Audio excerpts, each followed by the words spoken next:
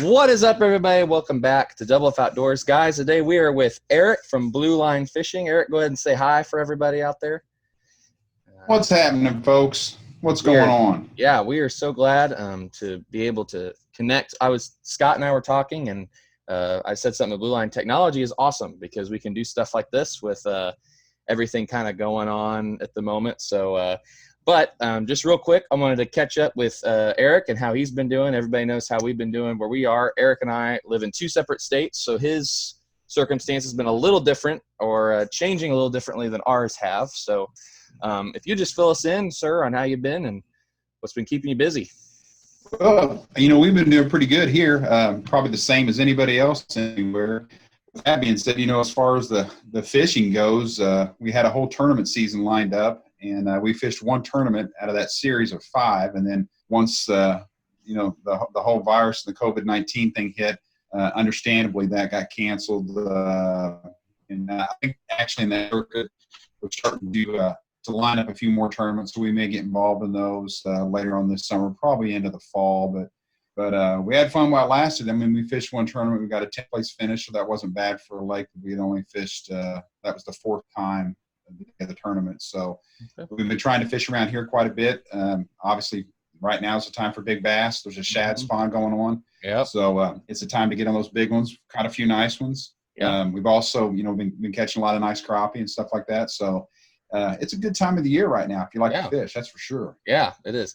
I will link Ripjaw's Instagram in the description because I've seen several pictures of you guys just slaying some crappie, lots of them laid out. So that was really cool to see. We've done pretty well. Good. Yeah, I think the last time we had between 3 of us, we were close to a 3-person limit, but we had about 79 crappie. Wow. So it wasn't bad. Not bad at all. Not bad at all. And crappie's good eating. So it is. It's fantastic.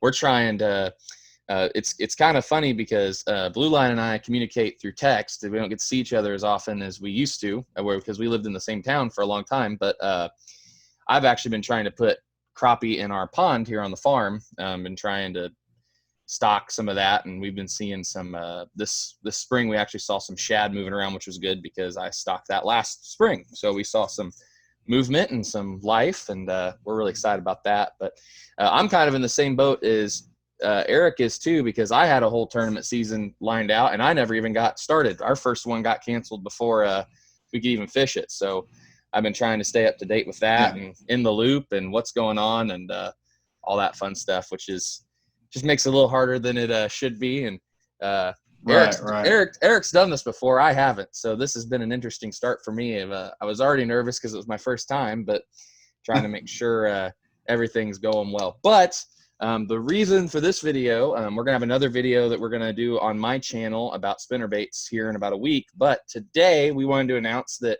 as most of you know, we had the original plan was late April, early May, kind of around the spawn time.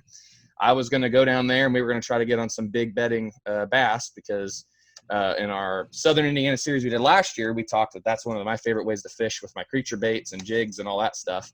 Well, unfortunately, obviously that did not happen because of everything that happened, kind of hit, and I got busy and didn't even think about it. I was more worried about what happened to happen here at the farm and all that stuff. But reached out to some people, talked with Blue Line, and we were excited to announce there will still be a Southern Indiana Series Part 2. I'm going to be heading down first week of July. That's even later than last year. but it'll be hot like it was last year. We're going to get out in early morning and hopefully get on some bite of some kind. We got lucky last year, found some fish to catch, but very excited. I know that we had talked last year, as soon as we got off the water, we definitely wanted to do this again. And I was looking forward to the spring, just didn't happen to work out, but blessed to be able that everything has fallen into place. And Eric knows more about what we'll be doing because he fishes there more often. I don't know if you have any idea yet. I know it's a little early, about a month and a half out, but that time of year, I figure, last year when you were down here, it was the first to the middle part of June, if I remember right. And we were fishing over the top of submerged grass beds with a floating rattle trap. You were throwing the soft plastics like you like to throw. And we talked before, I like to fish fast. That's my style. Yep. I like to power fish, cover a lot of water. And you like to pitch, flip, that type thing, which it's actually two different styles in a good way to have in the boat. Yes. You got two different guys doing really two different things. But yeah, we caught some nice fish last year. The biggest being that 6'4". That was a real nice fish. But I figure in July we usually start to have a good frog bite early in the morning, topwater frog. And that time of year I like to throw a lot of the stick type baits, like your Senkos and Yum Dingers and stuff like that. Especially rigged wacky, or even rigging them just weedless and rolling them through the grass like that. Because this time of year, most of the places we fish are going to have pretty emergent grass or duckweed, things like that have come up. So we'll make it happen, though. Whatever happens, that's the fun thing about fishing. You got to get out there and figure out the puzzle each time you go. Oh, yeah. And that's what we're going to try and do, is figure that puzzle out and see if we can put some fish in the boat. Yep. Luckily, like I said, last year we weren't so sure last year when we came out. And I know that July is not the opportune time, but we got – it was dead calm that morning, no wind, and the barometric pressure was dropping out a little bit. So, but it ended up being a pretty good day. We got some good footage, caught some nice fish, So, like I say, we'll make it happen one way or the other. We'll work. It might be a lot of nothing, That's but right. We'll have something. So, but guys, it's all about that. As Gerald Swindell would say, it's all about that positive mental attitude. Oh, yes. PMA, positive mental attitude. Positive mental attitude. That is right. Yes. But once again, guys, I'm super excited.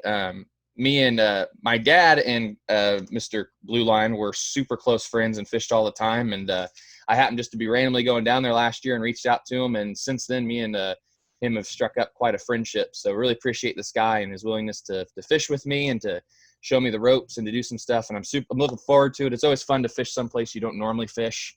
And with somebody you normally don't get the privilege of fishing with often. But definitely looking forward to it. And we've talked eventually in the future, we'd love to get him up here. My dad would love for Eric to come visit sometime, but so someday we will have a Central Illinois series at some point, but we will. I look forward to that. It's like I said, it's always fun to fish new water. Yes, somewhere you haven't fished before. I'm down to fish anywhere. So. But guys, we're going to go ahead and wrap up this video. Like I said, we're going to turn right around here in a second and talk about some spinnerbait fishing because there are a lot of things that Mr. Krogman has taught me that I thought were total no-nos with a spinnerbait that I learned very quickly that I did not know the spinnerbait as well as I did. So we've got a fun video coming up about that. But guys, I'm super excited for the Southern Indiana Series Part 2, and hopefully we can have the same success we did last year. Part 2. Yes, Part 2. So thanks, Blue Line. Like I said, we're going to turn right around and film another video. But, guys, thanks for tuning in. And be on the lookout for this next part of this next series, guys.